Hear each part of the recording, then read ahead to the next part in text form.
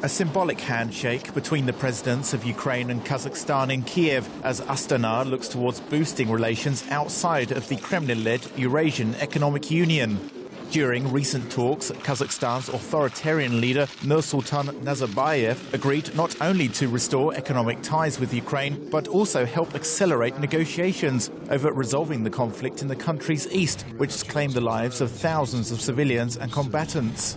A week on from the visit, and German Chancellor Angela Merkel has confirmed Kazakhstan's new role as mediator in talks to end the months-long conflict. According to a press statement, Berlin called on Russia once again to use its influence on militants to get them round the negotiating table once again. Kazakhstan has sought to diversify and bolster ties with European states as the Kremlin attempts to deal with an economy verging on recession and a political isolation by Ukraine and its EU and US partners.